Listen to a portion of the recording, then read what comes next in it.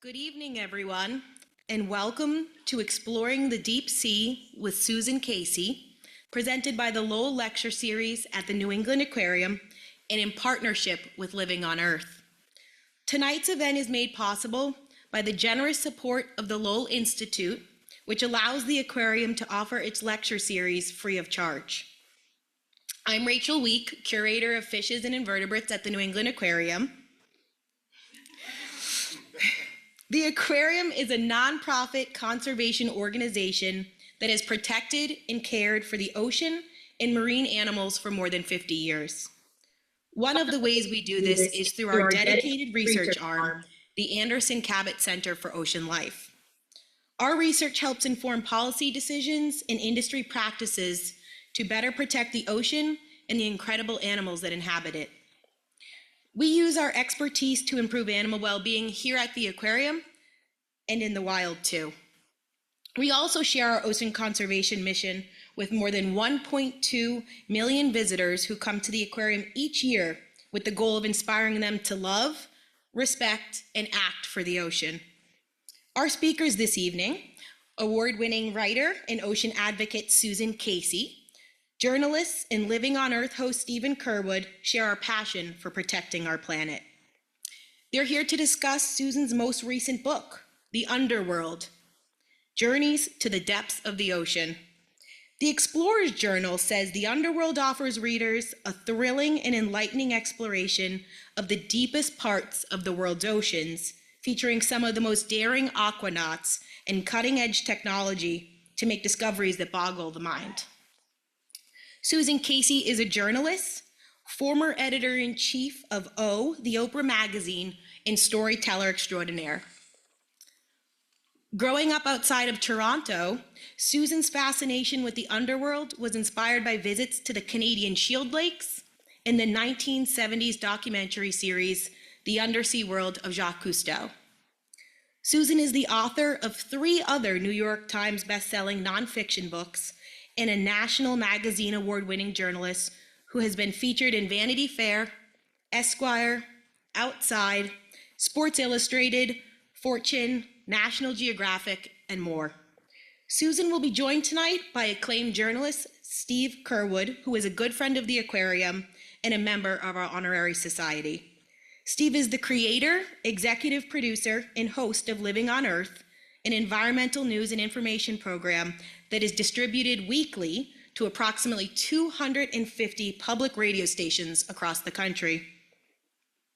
He has been a journalist for more than 30 years with experience at NPR, CBS News, the Boston Globe, WBUR-FM Boston, and WGBH-TV Boston.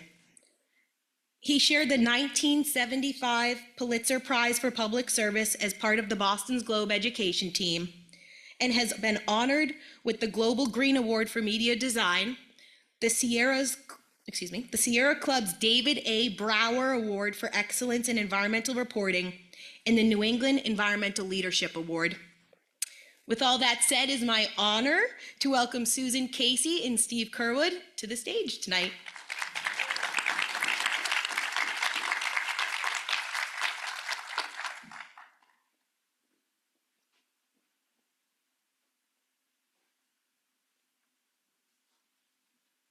Thank you, Rachel, for that generous introduction. Thank you. And just so that there's no question created here, when Susan appeared in Sports Illustrated, it was not the swimsuit issue.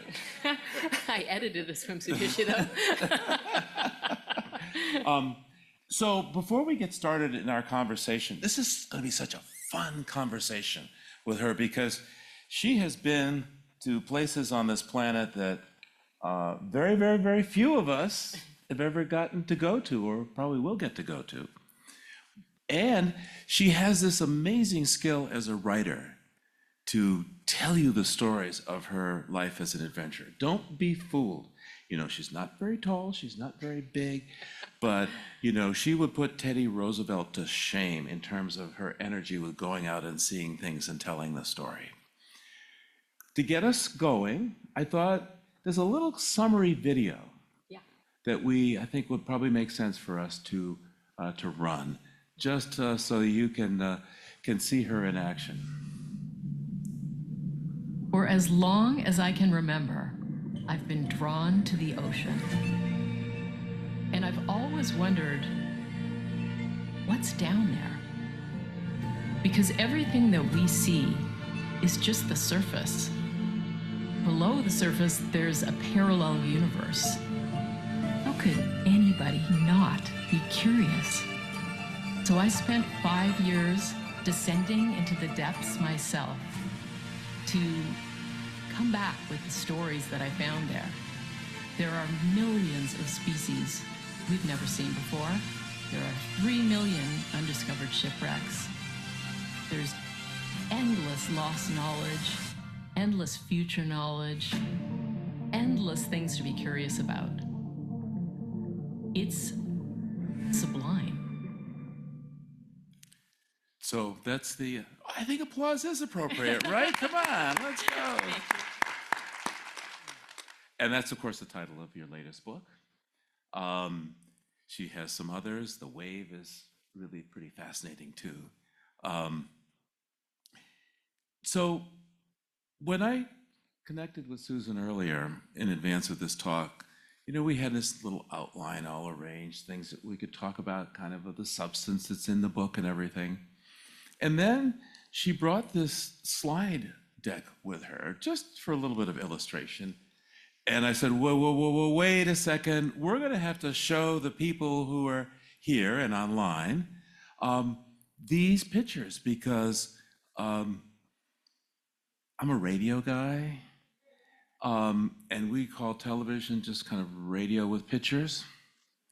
But sometimes visual images are just so powerful, and this is the case. This is almost the equivalent of the Hail Mary pass or something that you can get to really enjoy visual presentation. So this slide here, well, tell me, what are we looking at, Susan?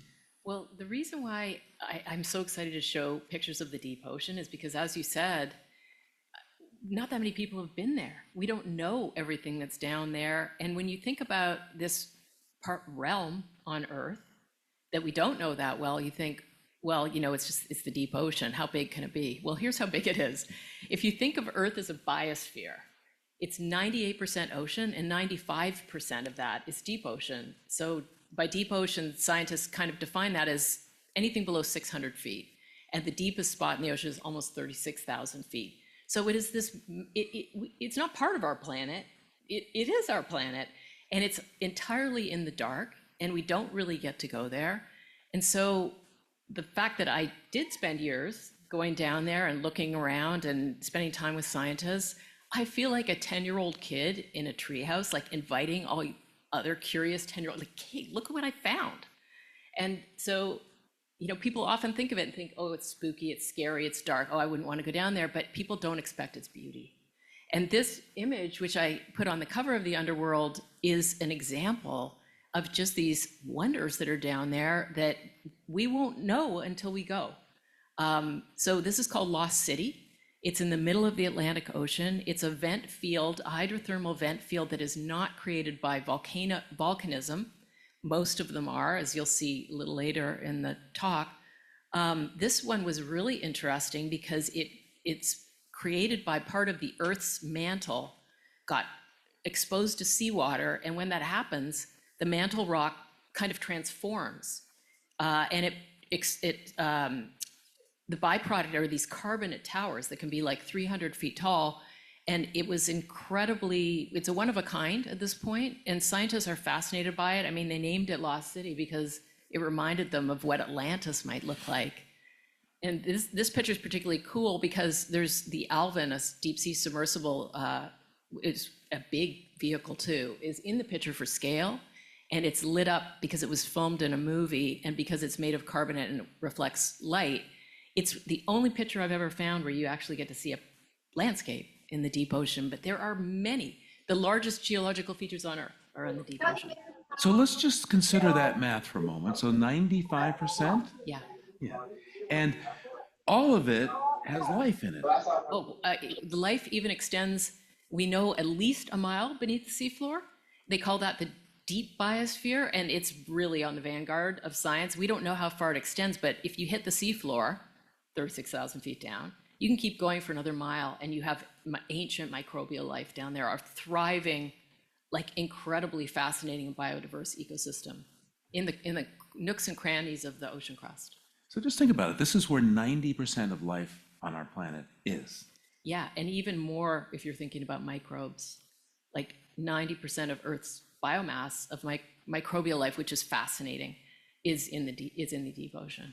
So there it is, Alvin, not so small, looking at this, what you call the lost city. Yep. You have some creatures you can show us down there. Yeah. So we're going to take a trip down, right? We'll go all the way to the bottom. All the way to the bottom, okay? 36,000 feet, and that takes about 4.5 hours of free falling in a submersible, and we only have 40 minutes, so we're going to have to go kind of fast. All right. So we're at the surface now, but let's go down to what you call the twilight zone. Yeah, so the twilight zone, not my name, this is the name of it, is the uppermost layer of the deep ocean. It goes from 600 feet down to 3,300 feet, like 200 meters to 1,000 meters. And this layer of the ocean, its sort of defining feature is that it's just filled with life. There are more animals and creatures in the twilight zone than there are in all the other regions of the ocean combined. And in particular, there are, I mean, I could say trillions, but it's probably quadrillions of tiny fish like this one. This is a Sloan's viper fish, and you can see it's just the cutest little thing ever. It actually is only about this big. And its beautiful nanocrystal teeth and its glittery eyes and its bioluminescent photophores, these light-producing organs. And about 80% of the creatures in the twilight zone have bioluminescence. They can light themselves up. So I call it the Manhattan of the deep. It's like this flashing, glittering, eat or be eaten kind of place where everything's always on the move. And you see another glittery, big-toothed fish. I don't know if there's anybody here besides Rachel who's heard of the elongated bristlemouth, but I always ask, and only biologists ever put up their hands, but the reason why this is so crazy that we don't know this fish is because it's the most abundant vertebrate on Earth. And scientists don't even know how many there are, but there are probably about 100,000 of them for every one of us. And there are a lot of us these days. There are a lot of like us. 8 billion people on this tiny part of the planet that is... The 2%. Yeah, that 2%. So we're still at 600 feet? Yeah, we're still feet? going. Yeah. We've got the majority of the world's known jellyfish species are in the twilight zone, and they are particularly colorful. They look like, I call them like sort of wayward UFOs. I mean, they're just, nature had a lot of creativity on the day she created jellyfish. They're 500 million years old, so they've had a lot of time to try out different strategies. Wait, that's not an ET, is it? Yeah, well, it's more like we're the ETs, because this planet's 95% deep ocean. Okay. So we're a little Yeah. piece of that. All right. This is another strategy. You've got bioluminescence can be used to camouflage. It can be used to communicate. It can be used to attract a mate. It can be used to hunt. And another strategy, like if you live in a realm where there's no land and nowhere to hide and no rocks to hide under, what are you going to do to prevent yourself from being eaten? Well, being transparent would be one strategy. So this is a glass squid. Lots of crazy squids in the deep ocean. And another thing that comes in very handy if you're always on the lookout and you can never hide is you have highly evolved eyesight adapted to this particular place. And this is a fish called the barrel eye. You might look at it and think those two little eyes in the front and its little kissy mouth there. Well, no, the eyes are those green egg yolks inside the head, and the head is transparent. And you can see right now, the barrel eye fish is staring out of the top of his own head. Those eyes can also rotate 45 degrees.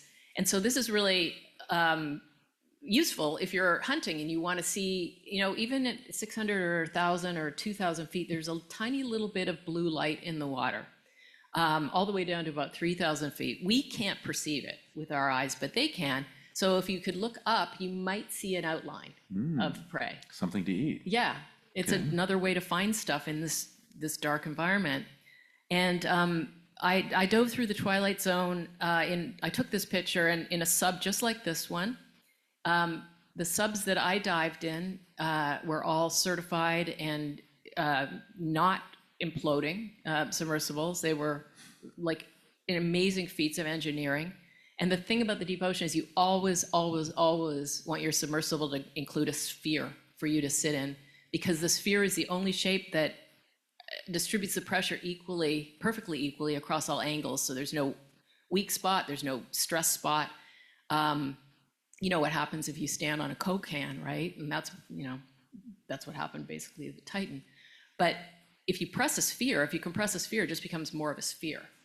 So this was so cool because you can go to about 2,000 meters in a plexiglass hull. They can make plexiglass strong enough, and it's like floating in a psychedelic bubble. And the reason I love telling people about this is because, well, we were down there at 700 meters, pitch black. The pilot said, okay, we're gonna turn out all of the lights, and I'm gonna put a towel on the controls, so there's no light. So we're floating in complete pitch darkness. And he said, close your eyes. I'm gonna count to, and on 1, 2, 3, and on 3, you open them. And so we closed our eyes. On 2, he flashed the brightest lights the sub has on and off. And then on 3, all the creatures flashed back.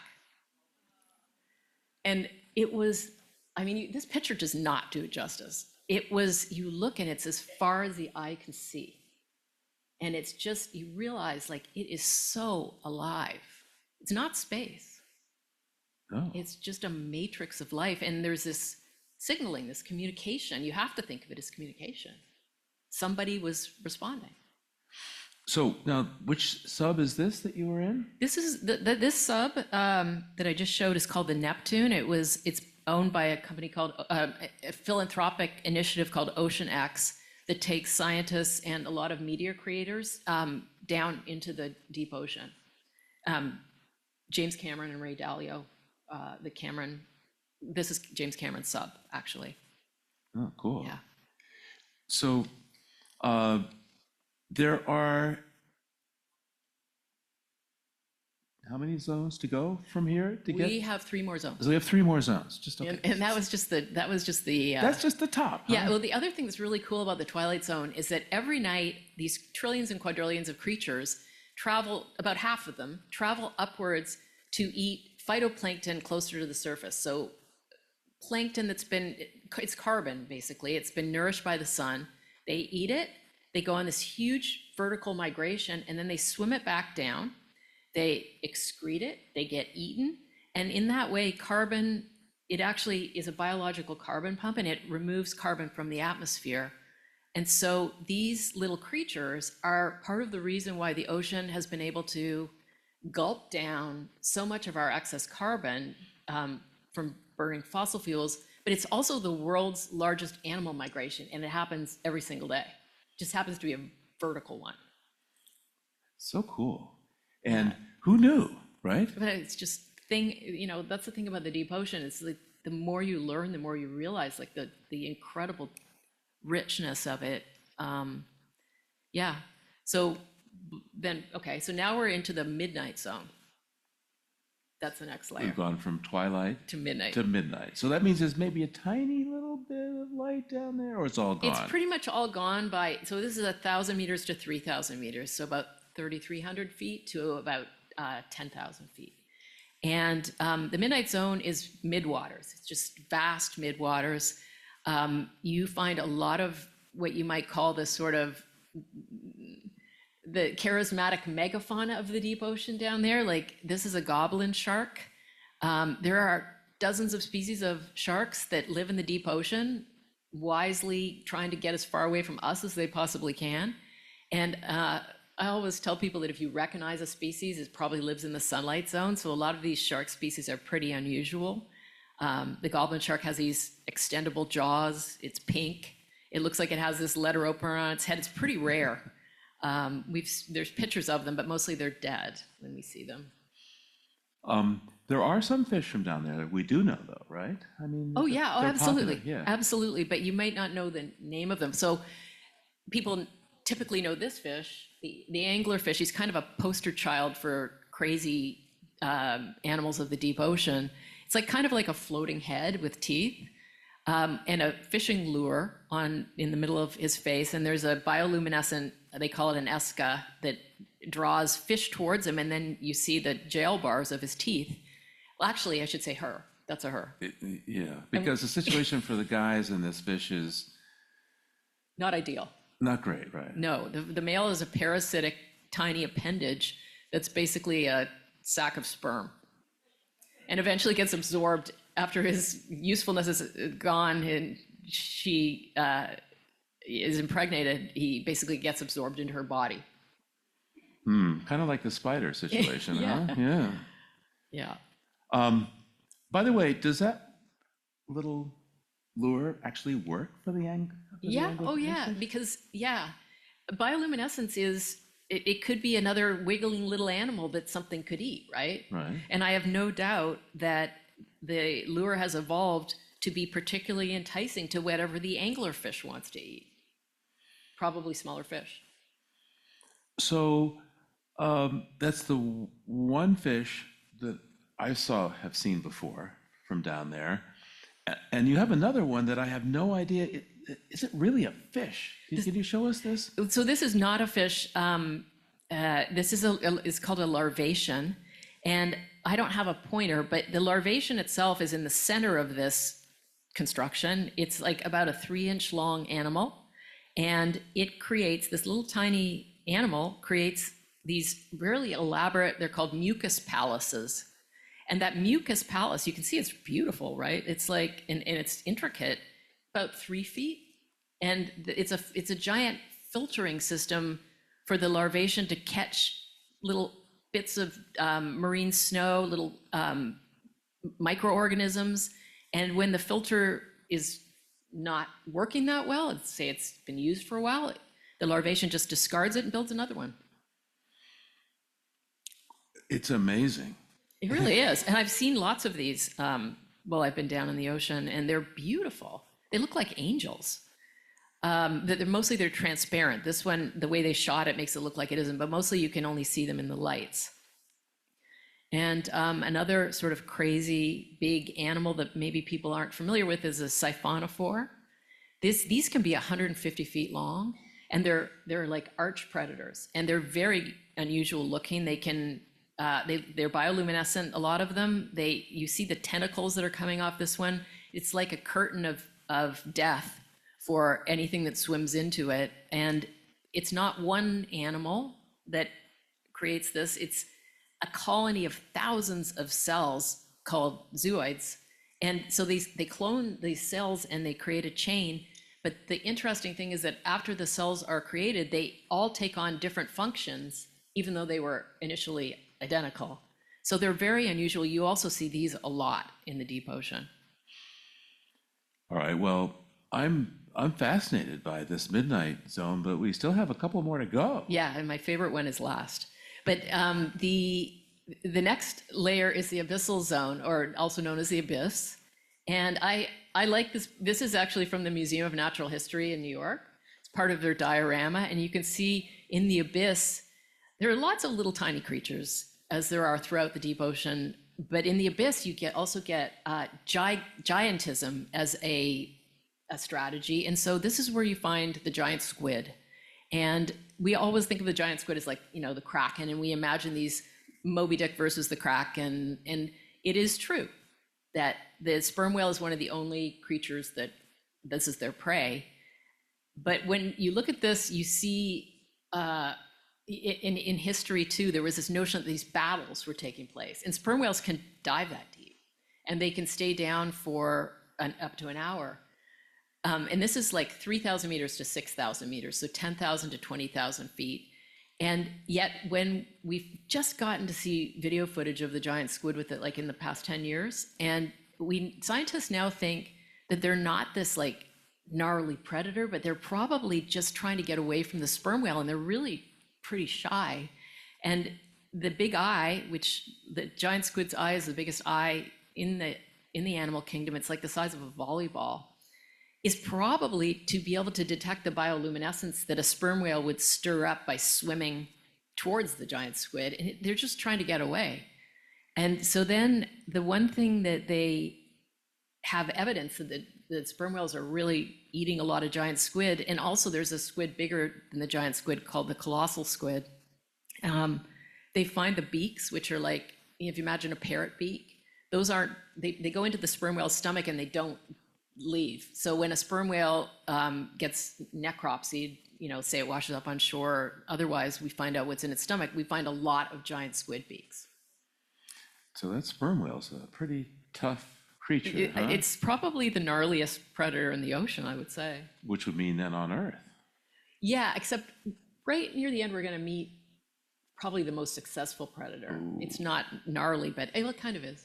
Oh, and you're not talking about people, of course. No, Oh, all right. no, we're down at 30,000 feet. Yeah. So, giant squid wrestling there with the sperm whale, who can dive this 2 miles Oh, yeah. down, Oh, yeah. Even a little deeper. even deeper than that, Yeah. and come back in an hour or less. Well, they can stay down there for up to an hour. They can literally swim around at that depth for a long time. So when do they have to take a breath? I mean, at least after an hour, I guess. I don't really know how long they can hold their breaths. But there are other whales that can dive that deep too. Pilot whales can, beaked whales can. Like there's some action down in the abyss. Certain squids and octopuses, obviously. This is another really wild squid called the big fin squid. There aren't that many pictures of it. This, you can see, it has these huge long tentacles. It's like 20 feet long. This is the deepest squid. It can go down past 20,000 feet. Wow. This is, I thought it was a jellyfish when I first saw There's these no pictures. scale, right? Like, so Yeah. you can't really tell, and it's hard to, there's some good video of this that was taken very recently where you get to see really how long these are. But the abyss, because it's all the way down to 20,000 feet, also has a lot of geological, because there's not everywhere in the ocean is 36,000 feet deep.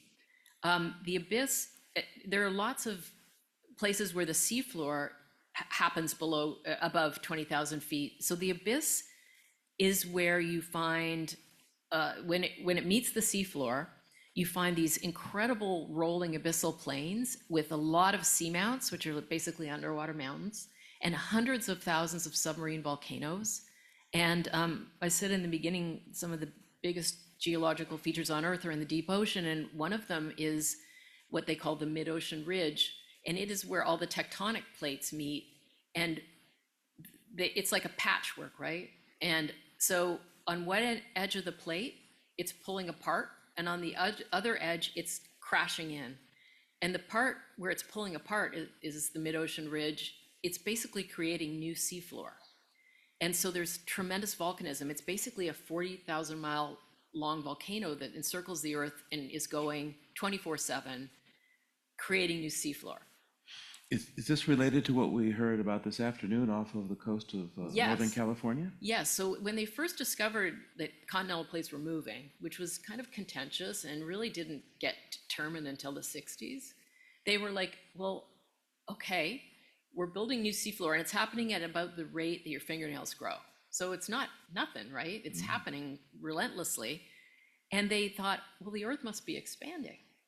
But it isn't, of course, because on the other edge, the plates collide and the one plate loses the battle and gets driven downwards and in subduction. So imagine a tectonic plate going through a paper shredder. That's what's happening on the other edge. And that's where you get these deep trenches, which we'll talk about next. But you see, like, my hands are making a V because one plate is going like this. And when a plate goes into the paper shredder, it's not a smooth process and it will lurch up and down like this. It will lurch. And when it lurches, it lifts the water. And that's a megathrust earthquake that will cause a tsunami. And there is a fault that you and I talked about earlier that's right off the coast of Oregon, Washington, goes up to Vancouver Island and down to Northern California. And that fault, which is called the Cascadia Fault, is a subduction zone that is locked. And it is pretty much a mirror image of the Indonesian fault that caused the tsunami in 2004.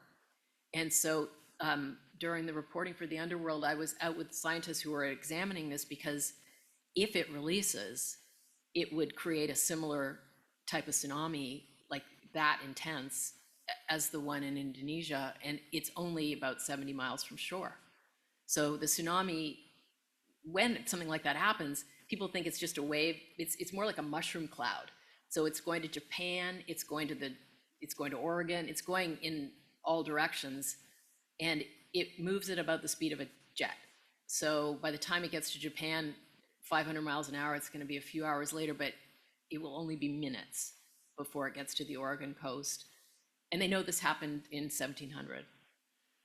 And so the volcano, the shaking today, I should just leave it at that, was what, over 7 on the Richter scale? Yeah.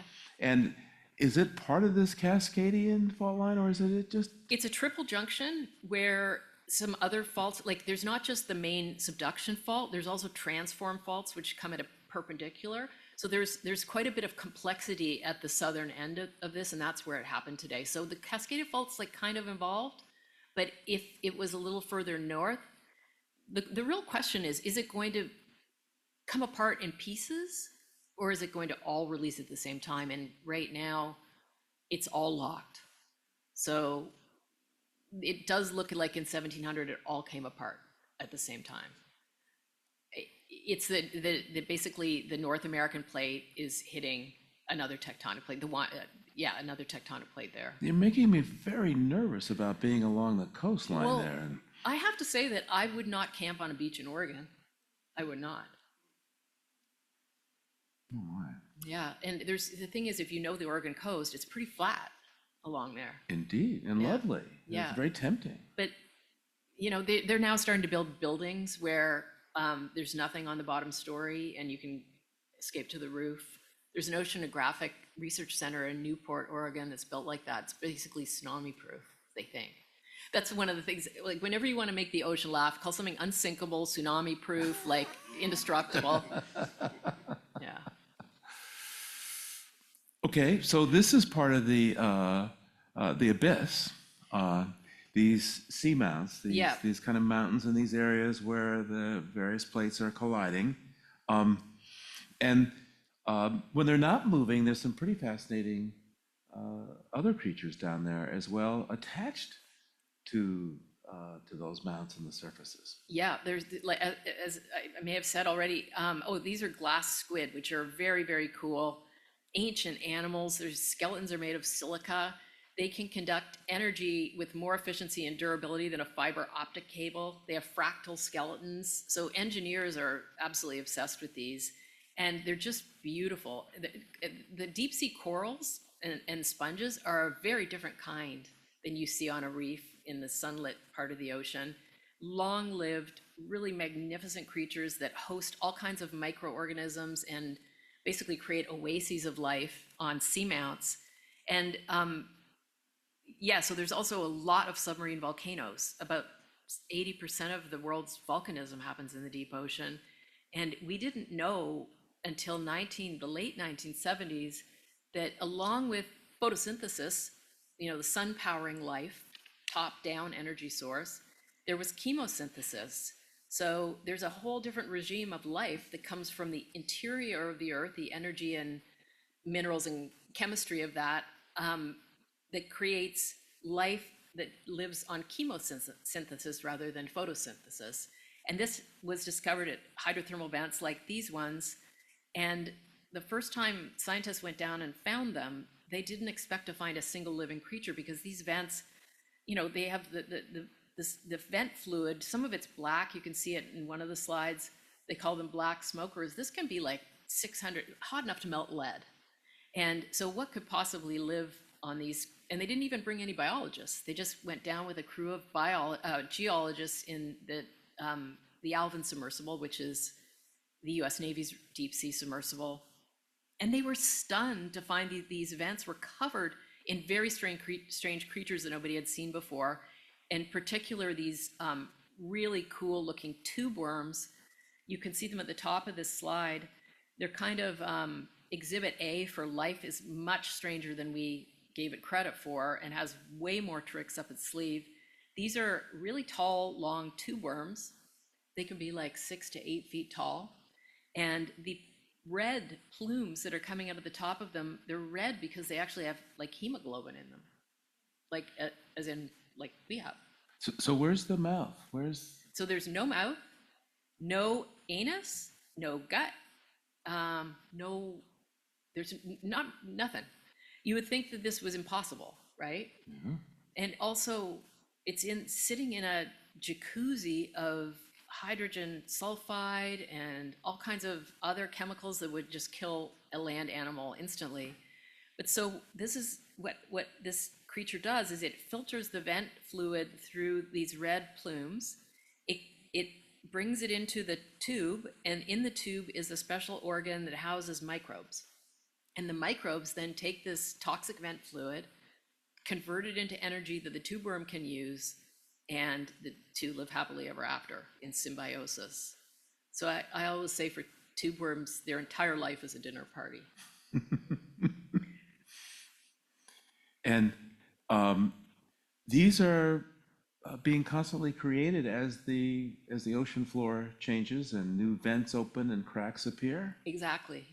Yeah, so you see all kinds of different shapes, sizes, forms, but when they're volcanically created vents, they're typically not as long-lived as the Lost City vents that we showed at the beginning, because those are made of carbonate. They can be like 150,000 years old or older. These ones can be covered up by another eruption, and they do see that a lot.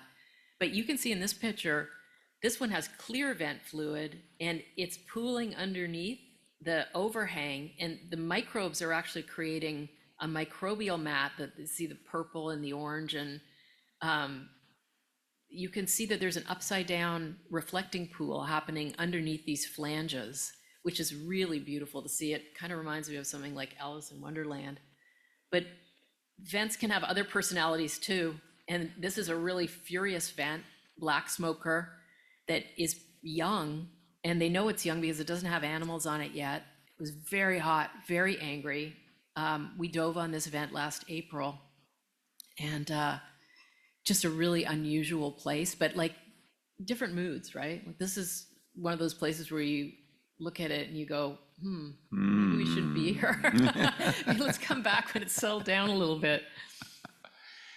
So let's see, we're at the abyssal zone, but there's more. There is. So below the abyssal zone is the deepest part of the ocean called the Hadal zone, named after Hades, the kingdom of the underworld, the god of the underworld. And the Hadal zone happens in those subduction zones where those valleys are created.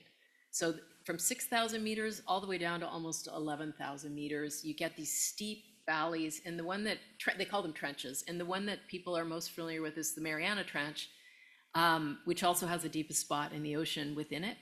But to give you a sense of the steepness, imagine the Himalayas like turned upside down. The summits are the Hadal zone. So from 6,000 meters to almost 11,000 meters, 2% of the ocean floor is Hadal zone, but 45% of the ocean's depth. So it's just this vast, mysterious realm that we had no equipment to explore until 2019. And the Mariana Trench is 1,500 miles long and 44 miles wide. So that gives you a sense of the sort of the footprint of it. And in 2019, a private individual named Victor Vescovo from Texas, an explorer, he wanted to, he had this, Victor's an amazing character. He's probably the main character in the underworld. Decided that he had summited every mountain, he had skied to the North and South Poles, and he was looking around for something else to do. And he was shocked to find out that nobody had been to the bottom of these Hadal trenches. Only 3 people had been to the Mariana Trench seafloor. And the only other trench that had really been explored back in the 60s was the Puerto Rico Trench. So Victor wanted to build a sub that could take a passenger, a pilot, and a scientist or any other passenger, but mostly scientists, repeatedly to the deepest depths in the ocean, and this had never been done. But he enlisted this company, Triton, who I mentioned earlier, I think. Maybe I did to you earlier, but Triton is this amazing company that I think of as like the Apple of submersible design. And they created this sub, which is called was called at the time the limiting factor. And Victor began a 2 or 3 year expedition going around to all the Hadal trenches. And along the way, it was a huge success. And along the way, he started bringing all the top Hadal scientists with him, which was extraordinary because these are people that spend their entire lives devoted to this ecosystem that they never see. So it was like before and after, really. And journalists too, I think. What? One very lucky journalist. So this is the limiting factor landing. You can see there's still a sphere in there. The passenger sphere is on the left, the pilot's on the right, and then there's like a viewport down by the feet, and it's like a 5-foot sphere made of like 4-inch thick titanium, and it's perfect. This sphere is perfect. It cannot be even the slightest bit imperfect. And you actually crawl down this tall hatch. You can see the hatch tower at the top, and you get into this sphere, and they put weights in it. So it becomes negatively buoyant to sink. So it kind of goes down like a piece of toast in a toaster, and it kind of looks like a piece of toast. And then on the bottom, they drop some of the weights, and there are thrusters all around it. You can see the sort of propellers. There are like 12 thrusters on it. And once you're neutrally buoyant, you can cruise around sideways, like it goes through the water like that, at about 3 knots. So it's not fast, but it's maneuverable. It has a manipulator arm to take scientific samples. And yeah, I was lucky enough to dive with Victor. And I was so scared when I asked him. I was like, it was after about 2 years of following along this expedition. And I was like, do you think I could ever die with you? And he just said yes immediately. And I was like, whoa. And what are the pressures down there, by the way? Oh, yeah. So at the bottom of the Mariana Trench, it's 16,000 pounds of pressure per square inch. So it's like 300,777 stacked on your head. So you just know, engineering-wise, this is just unbelievable skill involved in doing this. And the sub itself was about a $50 million machine. And then, of course, it needs its own ship. It needs its own hangar, its climate-controlled hangar, its crew of technicians. Like, this was not for the faint of heart or wallet. And Victor just did an amazing thing. And now the sub is owned by the scientists, it was one of the private individuals who funds ocean research is a guy named Gabe Newell, who bought the sub and the ship and handed it over to, Gabe Newell is a billionaire who loves the ocean. He has other subs and other ships, and he bought this sub and ship and funds it so that the Hadal scientists can continue to just go around the world and explore the Hadal zone, which is pretty incredible because the governments, this is expensive science, and the governments don't fund that much. And what we're looking at now is what you could see out the window. Yeah, so this is the deepest spot in the Mariana Trench, the Challenger Deep. It's the eastern pool of the Challenger Deep, and the Challenger Deep is, as the bottom of a trench, it's a lot of sediment is down there, but there's also steep parts and little cliffs, and Victor took this picture to show that it's not this completely flat place. It's pretty intense because in a subduction zone, there's a lot of geological drama. Things falling, eh? Things falling. Things rising. And things moving. Moving. And yeah, they come across evidence of landslides and like undersea landslides. There's another way that tsunamis can be created is by a big earthquake shifting a whole bunch of sediment. Like in the Java Trench, they went into the Java Trench and they saw big scars down these very steep cliffs, long steep cliffs that happened during the Indonesian tsunami, and nobody had known that that was probably a part of it. And when all that sediment falls down, it's very, very fine because by the time it gets that deep, it's not even like sand, it's like ectoplasm. and it swirls in the water like kind of like cigarette smoke. And it was like Pompeii at the bottom. They find all these creatures that were just completely smothered in this sediment. But then life starts anew. So, the Hadal Zone has so far down, still life, Oh yeah. a lot of life. And also there's some interesting, let's see if we have time for you to show us the some of the animals that are down there. It seems like if it's 16,000 pounds per square inch of pressure, I mean, how is the fish going to get along? Well, that's the thing that's so cool about the Hadal Zone. If we could just play this video, this is taken from one of Victor's landers, and that's another piece of equipment that goes to the bottom, full ocean depth as well, and it has bait and cameras. This is a cusk eel, and watch how it eats, and it's eating amphipods, which is another creature from the Hadal Zone. And there you have, off to the right, a rat-tail fish. This cusk eel is also known as the robust ass fish, and it has like the biggest brain to body ratio, which makes it technically the stupidest animal on Earth. But you got to be doing something right to be that deep, and he doesn't have any predators. He's out dived them. This is another strategy for living that deep. This is the rat tail's very heavily armored head, but this is the best fish. This is my favorite fish. This is the Hadal snailfish, the deepest fish. No fish can go all the way down to 36,000 feet yet. Maybe they will evolve to eventually, but these guys go the deepest, and these were from the Mariana Trench, and they go down to about 29,700 feet.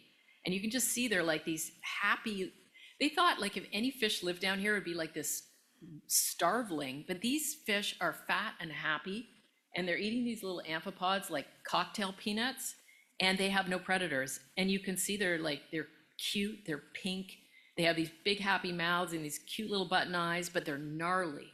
They have, they're made of jelly, and when they bring them to the surface, they kind of melt, but they suck in these amphipods, and then because if you're made of jelly and you eat an amphipod, it's like, imagine a commando shrimp. It's got claws.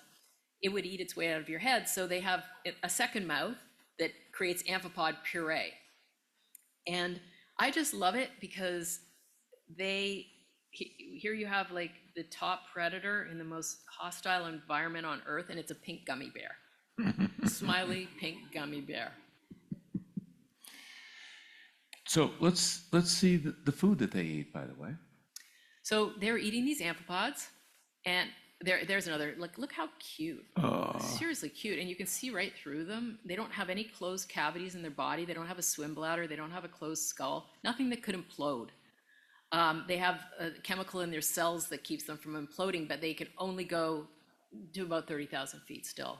And this is what they're eating. This is called an amphipod. And the reason why I wanted to show this amphipod is because, we've talked about all the wonders of the deep, and inevitably we need to also discuss the threats in the deep. I don't know if we have a lot of time. Well, but this is worth mentioning. Well, so this amphipod is a new species that was captured by the chief scientist of Victor's expedition, Alan Jameson, who's kind of like the top expert on the Hadal Zone now. He's got his own sub that can go to the Hadal Zone. They found this species. There are lots of different species of amphipods, but this one was very unusual because when they started, they genetically sequenced them to figure out the species, and they realized that this one had plastic, not just in its guts, but embedded in its cells, in its physiology. And by the time plastic gets that deep, it's like nanoparticles. And so they thought that was pretty crazy. So they caught a bunch more of them, and no matter how many they caught, and this was like, I don't know if I said the Mariana Trench, so deep, they could not find one that did not have this plastic. So it's like the first hybrid organic plastic creature. So they named it Erythenus plasticus. And I asked Alan, how many other animals do you think have this going on? And he said, all of them. So as far down as you can go in the ocean, our plastic is there. There are other things, other contaminants, but this is pretty unusual for us to actually have caused an animal to not be fully organic. But to be made of plastic. Yeah. We are tight on time here. So I think we should just tease people a little bit for something which you can find in the book at greater length, and that is what's also down there and of much commercial interest.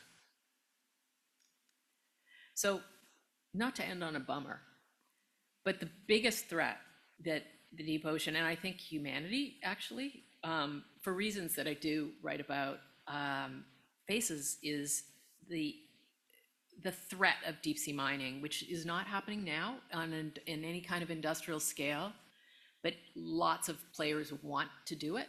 And the reason they do is because of these nodules at the bottom that are made of manganese, cobalt, nickel, and a bit of copper. They do carpet the abyssal seafloor and across a lot of the ocean, more in some places than others.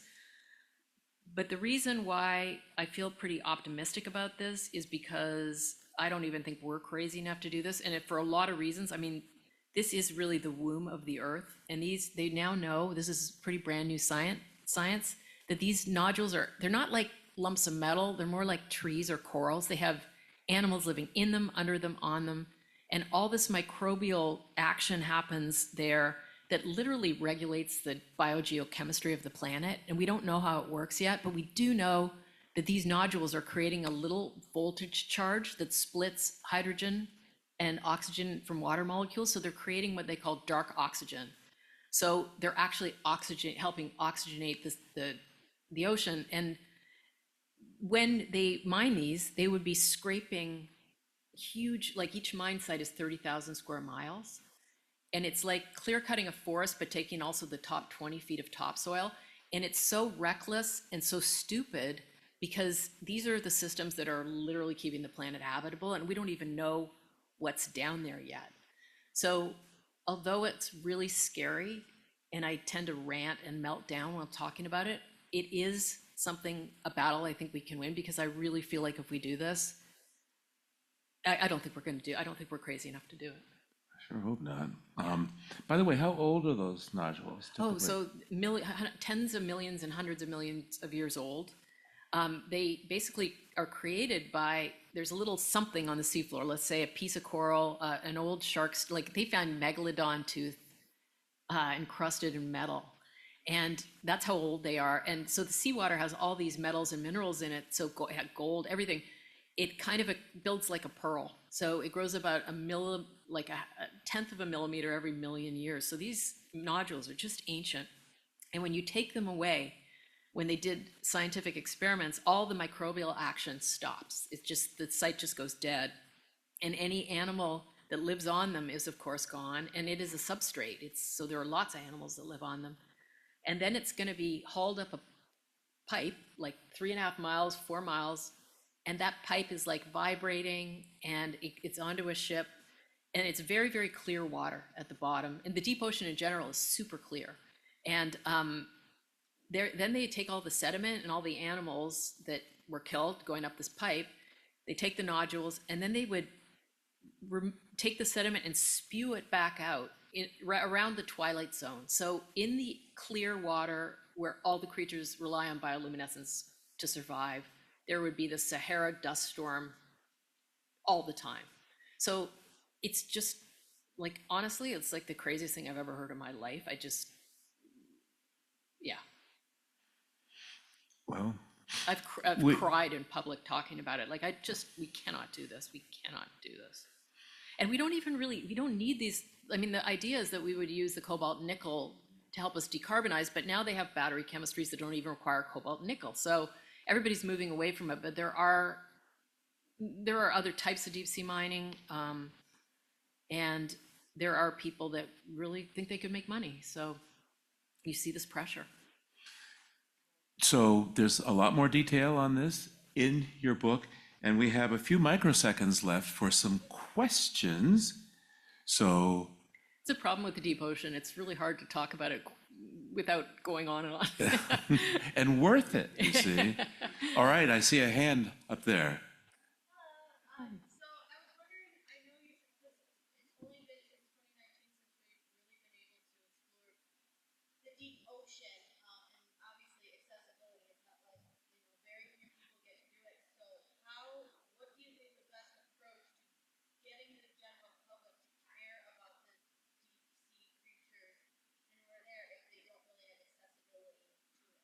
So folks at home couldn't hear that question. So the question is, how can the general public get engaged and get excited about what's down there? Because for the most part, most of us don't know much about this. Yeah, I mean, it's a great question.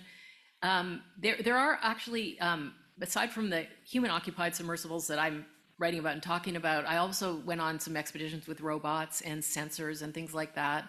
So there are ROVs that have live feeds, and you can go online, Monterey Bay Aquarium Research Institute and Woods Hole and Nautilus and NOAA's, I think it's called Odyssey. There are lots of live streams of exploration, but your question is really good because honestly, there's something about being down there, that, you know, getting human hearts and brains and imaginations, and it's different. And if I could have one wish for ocean awareness, it would be that everybody who wanted to could get into a sub, because the perspective that you have being down there at how vast it is. One of the things I love about it is we're just not in charge down there. And so the only way you can do it is pause up. Like, the ocean sets the rules. We know it's 16,000 pounds of pressure per square inch. She's not negotiating. And I think it's a good lesson for us. And it engenders humility. So I think that media, film and live streaming of expeditions is important. This was certainly what I was trying to share. That's why I wanted to go, was to share it with the book. A book is a different media. There is something that you can do if you're a scuba diver that a lot of deep sea scientists say is a really cool emulation of the Twilight Zone, and that's to go on a black water dive where you go down about 150 feet on a line in the night, and you see a lot of these Twilight Zone creatures, the larvae especially, will go up to that depth, and you can see the same kind of little bioluminescence and unusual animal life. But I don't have a perfect answer to that question. I just hope that curiosity wins out because, like I said, it's 95% of where we live. And we have a question from one of our electronic members of the audience. How does climate change and global warming impact the deep depths of the ocean? Yeah. What changes, if any, are occurring that we should be concerned about? So it's a big question. The Twilight Zone is a really important part of understanding how the ocean is coping with climate change. Warming water is going to change everything. The ocean has seen this before. There are microbes that are kind of in the background. They call it the rare biosphere, where if the pH or temperature changes radically, let's say there's a volcanic eruption, or let's say the water just becomes 2 degrees warmer, different microbes will come forward and change the chemistry. And they're always there. It's like an archive of genomic intelligence that the planet has in reserve. We don't know where these tipping points are. They do fear that the warming is not just at the surface. There has been deep ocean marine heat waves recently. There is an increasing concern about oxygen diminishment in the deep ocean. Like, there are areas that don't have it, and there's no life in those areas. If those areas grow, that wouldn't be good. And when I say that, I mean it wouldn't be good for us, because we rely on this chemistry staying the same. But it's a very, very big question, very complicated. I could really spend a long time answering it, but the bottom line is it certainly will affect the deep ocean, and some of those changes, if they could be extremely dramatic. Wow, well, we have sadly run out of time. We should have booked 2 hours for this. And maybe I'm happy to answer questions if anybody wants to hang back and talk. And gotten us a submersible trip as well. So Susan Casey's book, in this case, is called The Underworld. And for those of you who are here in the auditorium, afterwards, she'll be out signing copies of these books, autographing them for you. And for those of you at home, just go right to our website at Living on Earth or the Aquarium's website, and you can order this book.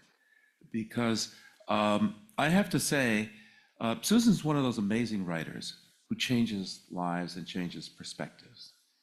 And for example, she wrote about surfing and giant waves and the people who go after that. I had no idea about this. And then she writes about the deep ocean. And I've been around science and oceans and biology my whole adult life. And just, I don't know about you folks, but slide after slide after slide that we saw tonight just totally amazed me. So Susan, I don't know what's next, More ocean stuff. but it's likely to be amazing. Thanks so much. Thank you so much, Steve. And thank you to everybody.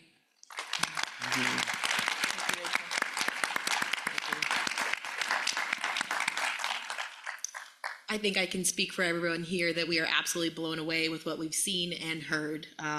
So thank you, Susan and Steve. We are so grateful to you for joining us tonight and for educating us on the deep ocean. Tonight's event was made possible with generous support from the Lowell Institute, which allows the aquarium to offer these lectures free of charge and presented in partnership with Living on Earth. If you enjoyed tonight's program, please consider giving to the aquarium at neaq.org. I'd like to now invite our in-person audience to join us in the lobby, as Steve mentioned. Susan will be signing copies of the Underworld, which will also be available for purchase. With that said, we'd greatly appreciate if those of you here in the audience would remain seated for a moment so Susan can get situated in the lobby. And to those of you who joined us virtually this evening, we are so glad that you did. And again, thank you all and have a great night.